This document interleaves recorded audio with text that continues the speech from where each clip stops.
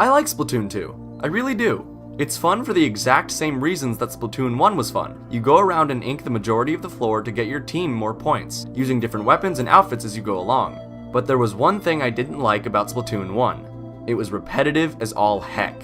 I barely played it when it first came out, and then I picked it up again a couple months ago to get footage for a video, and got really into it again. But alas, history repeated itself, and it got repetitive once again. Being that this was how I felt about Splatoon 1, I was a little skeptical about Splatoon 2. I even got the game late because I wanted to read and hear some reviews before I dove back in. Oh, but once I heard that it was getting a lot of good reception, I decided to hop on the Splatoon 2 hype train. You know, the one that already pulled into the station like a couple weeks ago? Got my ticket for this one real late. Now that I've spent some time with the game, it's definitely a step up from the first installment in the franchise. First off, the campaign of this game is exactly the same as the one in the first game, but it's more fun. There's a lot more creativity and variety between each level, especially when you throw in all of the different weapons you can use as well. My favorite part of the campaign was the bosses. I really enjoyed that one splat rolling guy on the unicycle, and then there was... oh no.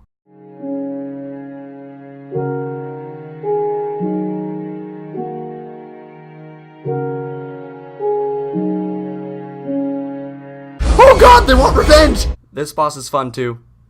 Aside from the campaign, the multiplayer is where this game truly shines, and it's just as fun as I remember. The main mode in this game is Turf Wars, in which the main goal is to cover as much of the ground with your team's ink as you can, while trying to stop the other team from doing the same thing. There are other game modes as well, but in simplicity, it all stems off this core game mode. This game hasn't changed all that much. The biggest change is the inclusion of new weapons and maps, but sadly a lot of this just feels like content that could have been added into the first game in big DLC packs. However, there is one thing that makes this game different from its predecessor, keeping it further and further away from repetition. Salmon Run. Picture what Call of Duty Zombies is for the Call of Duty franchise. That is what Salmon Run is for Splatoon 2.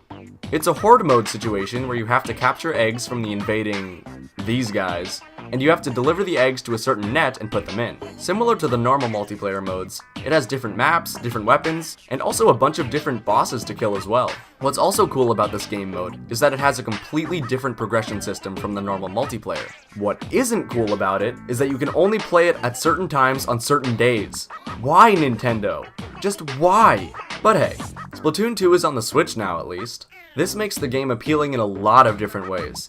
You can take the game anywhere, and you can play it at home. You can set up LAN parties with other Switches nearby if you go to a friend's house or something, and thank God that private matches were available at launch. Nintendo definitely learned from their mistakes in a lot of ways, but there are a couple things that need to be fixed. Exhibit A. Allow us to change our weapons in the online matchmaking lobby. It's such a pain to be playing Splatoon matches with friends online, only to have to leave the lobby just to switch your weapon.